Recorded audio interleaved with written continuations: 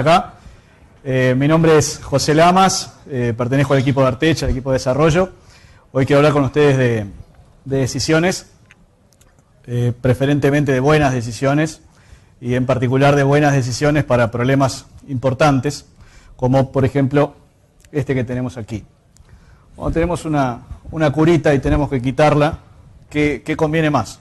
Podemos quitarla rápido, un dolor intenso, pero corto, o hacerlo más despacio, dolor más liviano, pero con una duración mayor. Ustedes dirán, bueno, esto puede ser una decisión poco relevante, bastante trivial, pero en realidad, miren, depende de la escala. Para este señor que les voy a presentar aquí, se llama Dan Ariely, fue un problema importante. En 1985, cuando este señor tenía nada más que 18 años, estaba haciendo su entrenamiento militar, y tuvo la mala fortuna de que le explotara cerca de él una bengala de magnesio y terminó con quemaduras de tercer grado en 70% de su cuerpo. Así que pasó bastante tiempo en el hospital con muchos vendajes. No podía moverse, no podía hablar. Para comer comía por un tubito.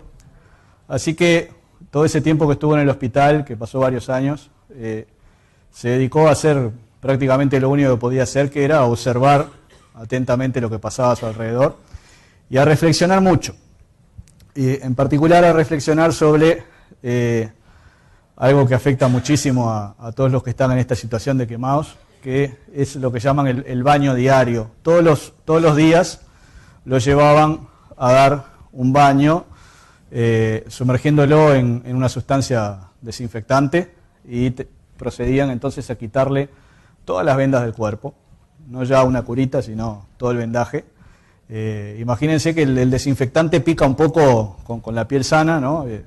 Imagínense cuando la piel no está, y imaginen sacar todo ese vendaje del cuerpo, todas esas vendas adheridas sin piel, exactamente, adheridas a la carne. Así que era una experiencia bastante interesante para él. Y bueno, las enfermeras que lo atendían a él también se hacían esa pregunta: ¿conviene hacerlo rápido, conviene hacerlo despacio? Ellas eran de la idea de que convenía hacerlo rápido, cuanto más rápido mejor, así terminaba pronto. Y él, que era el que estaba del otro lado, no estaba tan seguro de que fuera así. Así que a partir de ahí, cuando salió del hospital y empezó sus estudios universitarios, comenzó a investigar sobre eso, sobre qué pasaba con el dolor, si convenía hacerlo rápido o convenía hacerlo despacio. Y básicamente este buen señor se dedicó durante unos cuantos años a maltratar gente. La lastimaba o con frío o con calor, o a veces apretándoles un dedo con una morsa y anotaba, le duele mucho, poquito, nada. Y con esos experimentos llegó a la conclusión, resultó al final que él tenía razón, de que sus enfermeras estaban equivocadas y que por lo menos desde el punto de vista del paciente era mucho mejor hacerlo despacio, aunque durara más. Y también incluso llegó a determinar que era mejor empezar por la parte más dolorosa, no por cualquiera, y que el paciente tuviera la expectativa de que el dolor iba disminuyendo. Pero en definitiva todo esto lo motivó a investigar no solamente este problema, sino muchos otros problemas más. Hoy es uno de los más prestigiosos profesores de psicología y de economía conductual, y es autor de varios trabajos, y en particular es autor de este libro que se llama Predictably Irrational, en el cual, como dice ahí, habla de las fuerzas ocultas que moldean nuestras decisiones. Este es un libro sumamente interesante que yo se lo recomiendo. Si lo buscan en español, lo tienen que buscar por este otro título, que es Las trampas del deseo, que aunque parezca el título de una novela de Sidney Sheldon, les aseguro que se trata en realidad del mismo libro.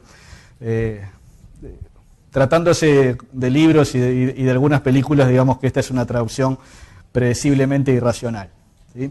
Pero bueno, ¿de qué habla en ese libro? Les decía, de las fuerzas ocultas que moldean nuestras decisiones. Lo que decía, perdón, como vamos en tiempo, lo que decía Dan Ariely es que muchas veces tomamos decisiones pensando que estamos decidiendo de forma totalmente racional, atendiendo solamente a las cosas que importan, y hay algunas cosas que en realidad nos están afectando. Y él proponía el siguiente experimento que yo les voy a presentar aquí. Supónganse que tienen que tomar esta decisión: entre ir a Roma o a París. Están por decidir un viaje y hay una agencia de viajes que les ofrece un paquete de exactamente el mismo precio, exactamente la misma duración. Supónganse que sale $10.000 por una cierta cantidad de días en Roma o en París. Bueno, son dos ciudades europeas, pero con características diferentes. Seguramente cada uno de ustedes tiene alguna idea de qué decidiría si tuviera que elegir entre estas dos. Ahora, ¿qué pasaría si a estas dos opciones, bien claras, bien definidas, le agregáramos una que claramente no le interesa a nadie? ¿Sí? Que claramente no elegirían ante esto. Supónganse que les dijera, pueden ir por $10.000, pueden ir a Roma, pueden ir a París, o pueden hacer que les martillen un dedo. ¿Sí? Ninguno elegiría eso, y parecería ser que esa opción no interfiere para nada en esta decisión, no puede tener ninguna relevancia. Ahora, supónganse que esa tercera opción, en vez de presentársela de esa manera, se la presentara de la siguiente. La tercera opción es exactamente la misma que ir a Roma, pero sin incluir la visita al Coliseo. Sale $10.000 igual que la otra, una tiene el Coliseo, la otra no. Si quieren ir al Coliseo tienen que pagar aparte $20. Parecería una cosa totalmente irrelevante también, ¿no? Es decir, nadie teniendo una Roma con el Coliseo, nadie va a elegir la Roma sin el Coliseo, así que esa opción se descarta. Sin embargo, en los experimentos que hacía Airy, lo que encontraba es que el solo hecho de existir una Roma sin Coliseo, de golpe hacía que la Roma con Coliseo se volviera más atractiva. Y de hecho lograba que se volviera más atractiva que ir a París, que no tenía nada que ver. ¿Sí? Estos mismos experimentos los hacía con el gusto por las personas, y entonces ponía una foto de dos personas y en el medio ponía la foto de uno de ellos, ligeramente desmejorada, y el solo hecho de tener un hermano que se veía un poquito peor que uno, hacía que uno anduviera mejor. Así que los que tengan hermanos y los que el hermano los invita a salir frecuentemente con ustedes, ya saben de qué se trata.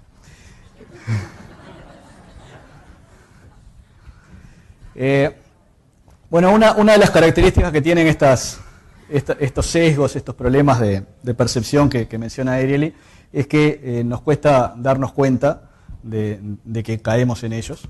Pero otro de los problemas, otra de las características que tiene, quiero presentárselas con la siguiente figura. Esto es un tablero cuadriculado, como un tablero de ajedrez, ¿sí? con un prisma allí, cuadrados negros y blancos, o gris oscuro y gris claro. ¿Sí? Ahora, si yo les pregunto por este casillero, que está marcado con la A, pero le puse la flecha porque me parecía que la A no se veía mucho, ese casillero, ¿de qué color es? Negro, gracias. Este otro casillero, ¿de qué color es? Blanco. Bien. ¿Me creerían si yo les dijera que esos dos casilleros están pintados exactamente del mismo color? Parece difícil de creer. Entonces, los voy a ayudar para que lo vean. Les aseguro que lo único que hice fue poner dos bandas también en el mismo color, limitando eso. Y ahora resulta que no solamente se ve claramente de que esos dos casilleros son del mismo color, sino que incluso uno de más abajo también es del mismo color. ¿Ah? Si no me creen, está el material para bajar, lo pueden bajar. Ahora, mientras tanto, hagan de cuenta que me creyeron, que yo no manipulé eso y que efectivamente son del mismo color. Ahora, fíjense lo interesante que es si retiramos estas ayudas. ¿Qué pasa cuando volvemos a la situación original? ¿Sí? Ahora que yo les expliqué que son del mismo color, ven claramente que son del mismo color, ¿verdad? No. Bueno, esto es lo que sucede con muchas de estas ilusiones, que aunque nos expliquen y nos muestren y nos demuestren de que efectivamente en este caso son del mismo color, si nos quitan esas ayudas, aún así nos es imposible ver esa realidad. ¿Sí? Y esto Ariely lo presenta como una metáfora de, estas son ilusiones ópticas, él habla de ilusiones cognitivas, ¿verdad? Y dice que efectivamente pasa exactamente lo mismo, que muchas veces, aunque nos expliquen que nos está pasando determinada cosa, de que nos influye determinado sesgo, de que tenemos ciertos problemas de percepción de la realidad y demás, por más que nos lo expliquen, eso no nos hace aprender, ¿sí? Él dice que es imposible enseñar psicología porque lo que sucede es que por más que veamos que sí, que tiene razón, después las siguientes veces no tenemos más remedio que seguir viendo esos colores como diferentes. Bueno, esto es de cosas que pasan. Quisiera ver un poquito de por qué pasan esas cosas o cómo pasan esas cosas, y para eso quiero presentarles a este otro señor que se llama Daniel Kahneman. Daniel Kahneman es probablemente el psicólogo más prestigioso que esté vivo en este momento. Fue premio Nobel de Economía en el año 2002 y de hecho es el primer premio Nobel en Economía que no es un economista, ¿sí? Por justamente la influencia de sus trabajos sobre psicología sobre la economía conductual. Y en particular de todas las cosas que Kahneman produjo, que ha publicado y demás, publicó el año pasado este libro que habla de pensar rápido y pensar despacio, en el cual presenta una suerte de modelo de cómo funciona nuestra mente basada en dos sistemas, un sistema 1 y un sistema 2, le llama él. Es una metáfora, es decir, no es que tengamos dos sistemas funcionando, sino que algunas cosas las hacemos de una manera y otras cosas las hacemos de otra, y simplemente que como modelo es útil para muchas cosas pensarlo como si fueran dos sistemas en realidad. Entonces, déjenme mostrarle algunas cosas que son típicas del sistema 1, actividades que normalmente hacemos como sistema 1, que son estas, ¿sí? Vistos dos objetos, percibir cuál está más atrás, cuál es más lejos, cuál está más cerca, completar frases al pan pan y al vino vino, muy bien. 2 más 2, ¿sí? Esas son actividades típicas del sistema 1. Estas son actividades típicas del sistema 2, ¿sí? Estar atento a cierta cosa, un disparo o una largada, ¿sí? Si yo les pidiera que en un texto buscaran cuántas letras A hay, ahí tienen que esforzarse para no leer, sino contar las letras, ¿sí? O si en vez de 2 más 2 les dijera una cuenta más difícil, ¿sí? Estos son los dos sistemas, uno contra otro. El sistema 1 es el que Kahneman dice funciona muy rápido y el otro es el que funciona muy despacio. El sistema 1 es involuntario, no tenemos la voluntad de utilizarlo, sino que ocurre solo. Es inconsciente, no somos conscientes de que está funcionando continuamente, pero no somos conscientes de él. Y el otro es un sistema que permite resolver algunos problemas más complejos, pero que requiere esfuerzo, requiere atención y es mucho más lento, ¿sí? Compárenlo el 2 más 2 con, si yo le dijera, 45 por 328, ¿sí? Con el sistema 2 lo van a lograr resolver, pero les va a llevar más tiempo, les va a llevar más esfuerzo. Entonces, el punto es, estos dos sistemas están conviviendo continuamente y hay un tema con el sistema 1 y es justamente el tema de que es involuntario y que es como tener un pequeño angelito o diablito que está continuamente ofreciéndonos respuestas a todo. A todo lo que percibimos, él está continuamente produciendo respuestas, aunque no se lo pidamos. Y a veces esas respuestas pueden estar bien o a veces pueden estar mal. El tema es que no podemos detenerlo, ¿sí? Déjenme mostrarles el siguiente experimento. Yo les voy a mostrar algo allí, les pido de antemano que perdonen mi caligrafía y que rápidamente lean qué es lo que dice allí. ¿Qué dice allí? ABC, perfecto. ¿Qué dice aquí? Rápidamente. 12, 13, 14. Muy bien. Ahora, les voy a poner los dos juntos y les pido que presten atención al símbolo del medio, ¿sí? Que es exactamente igual en los dos casos. De hecho, ese es un símbolo ambiguo, ¿sí? Puede ser interpretado tanto como una B o como un 13. ¿Ah? Y lo que ocurrió fue que nuestro sistema 1 detectó esa ambigüedad, pero resolvió por sí solo. En un cierto contexto decidió que eso era una B, y en otro cierto contexto decidió que eso era un 13. Es decir, son un montón de cosas que suceden en nuestra mente sin que nosotros seamos conscientes y se están tomando decisiones sin que ni siquiera nos demos cuenta de que había una decisión para tomar y que tomamos una decisión. ¿No? Entonces, eso es precisamente el tema que yo les quería plantear. Frente a estos dos sistemas, el sistema 1 y el sistema 2, yo les quería sugerir que utilicemos el sistema 2 para comparar uno y otro, ¿qué es mejor? ¿Sí?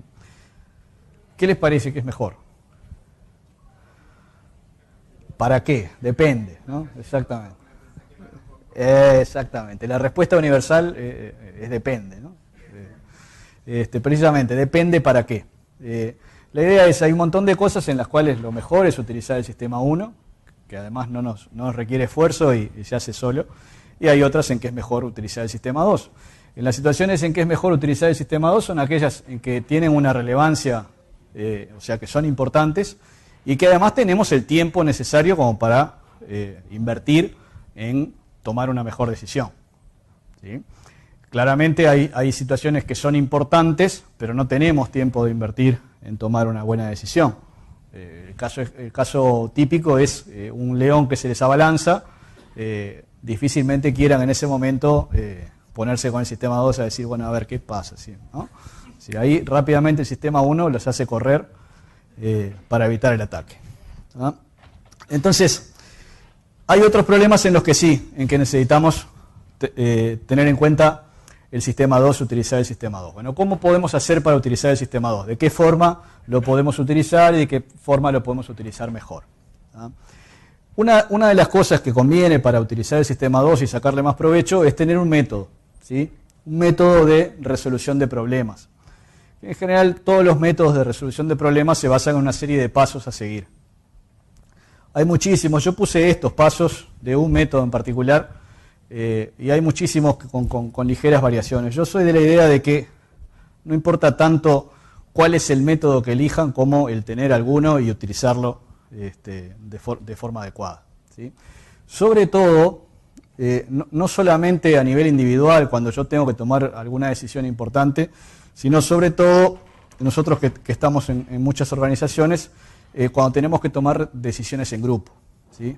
Muchas veces nos quejamos de la pérdida de tiempo de las reuniones y de reuniones improductivas y demás, y muchas veces la principal causa de esa improductividad de las reuniones es no tener un método de resolución de problemas, ¿sí?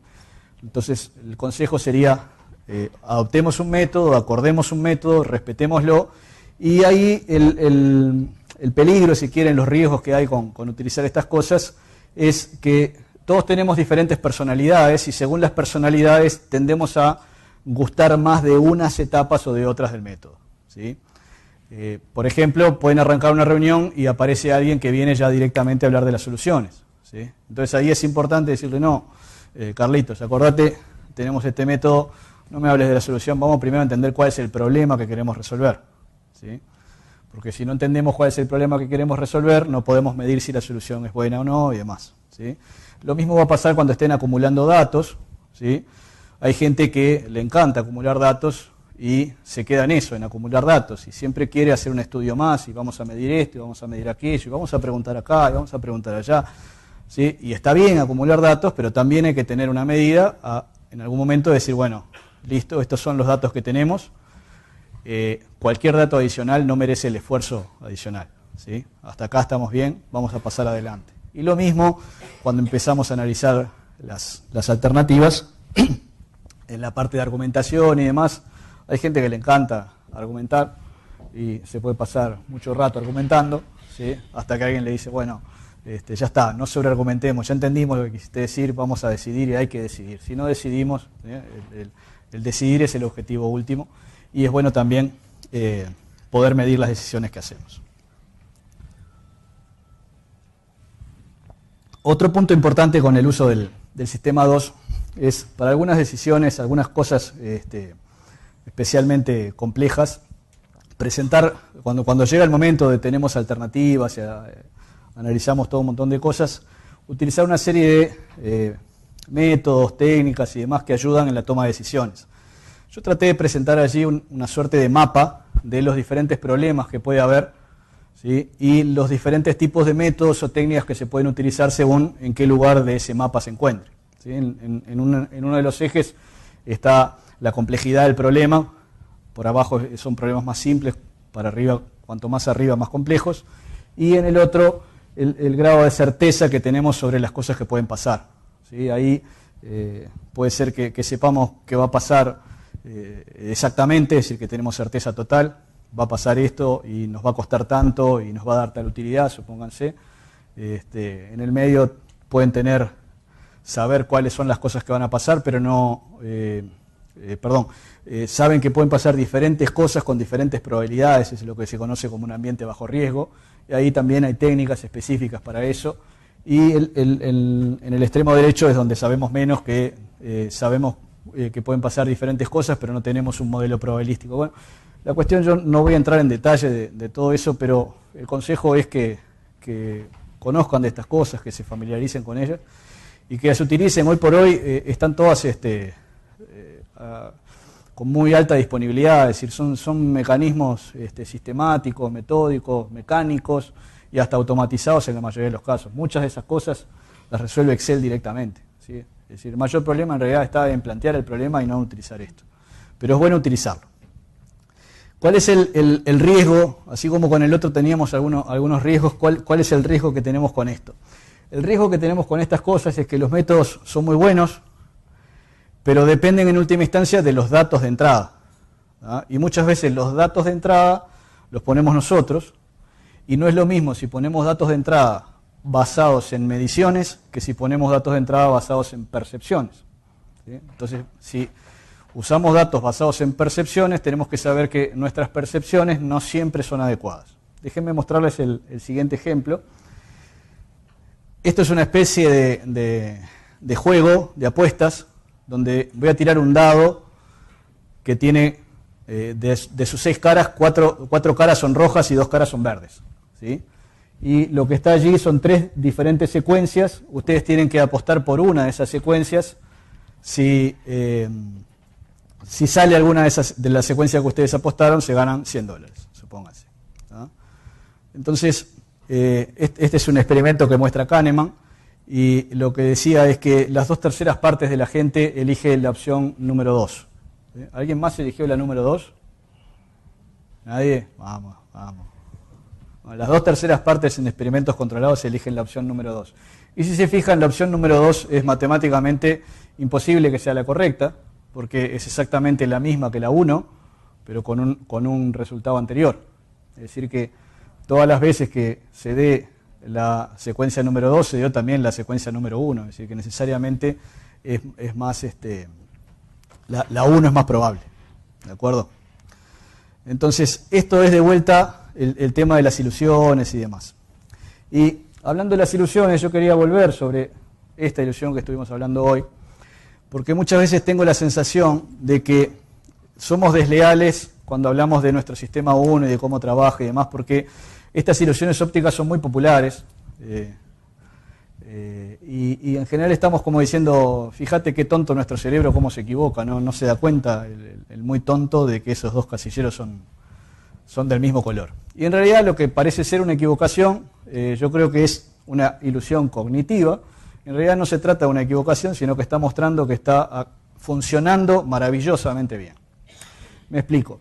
Si esto, en lugar de ser una figura, fuera objetos de la vida real, y yo tuviera ese tablero con ese cilindro cuadriculado de esa manera, lo estuviera viendo con esta perspectiva, con esas luces, con esa iluminación, esas sombras y demás, por más que mis ojos detectaran que en esos casilleros exactamente la misma luz, yo quiero que mi cerebro siga funcionando exactamente como funciona y me diga que en la realidad esos casilleros son de diferente color, ¿sí? Es decir, es lo que me ayuda precisamente a ver la realidad tal cual es, a pesar de las diferentes sombras y a pesar de las diferencias de iluminación, de perspectiva, etcétera, etcétera. Mi cerebro funciona maravillosamente bien para resolver eso. La única cuestión ahí depende para qué lo usamos, igual que hoy. ¿Ah? Si yo lo uso para saber qué es lo que estoy viendo en la vida real, funciona bien. Si yo pretendo usarlo como instrumento de medición de luz en un casillero y otro, ahí es donde cometo el error. Pero lo cometemos al usarlo de esa manera y no de la otra manera. En definitiva, todo se basa en pensar rápido o pensar despacio, en pensar con el sistema 1 o pensar con el sistema 2. En cualquiera de los casos, tratar de mejorar todo lo posible. Con el sistema 2 lo que podemos hacer para mejorarlo es aprender de todas esas técnicas que yo les decía, familiarizarnos, todo ese tipo de entrenamiento, aprendizaje, práctica, eso funciona maravillosamente bien. El sistema 1 es más difícil de entrenar, para algunas cosas se entrena, digamos, piensen en andar en bicicleta, cuando llegan a ese nivel que andan sin tener que estar pensando en eso, están utilizando el sistema 1, ¿sí? Pero sobre todo con el sistema 1, el mayor problema es, o la mejor recomendación es estar atentos a las señales de que podemos estar cayendo en una ilusión, ¿sí? El problema con eso es que no es fácil, como vimos antes, darnos cuenta de eso. Por más que estudiemos todos los casos que hay y demás, es muy difícil. Sin embargo, es mucho más fácil verlo en los demás. Como en muchas otras cosas nos es más fácil darnos cuenta que el otro se esté equivocando y entonces la recomendación es tratar de fomentar una cultura de avisarnos unos a otros cuando están sucediendo esas cosas, ¿sí? Es decir, las organizaciones deberían fomentar esa cultura de avisarnos, de trabajar en equipo justamente para resolver esos problemas. Miren, yo creo que nosotros somos de alguna manera fábricas de decisiones, ¿sí? Mucho de lo que hacemos y de lo que somos depende en gran medida de las decisiones que tomamos, y cualquier fábrica debe preocuparse por asegurar la calidad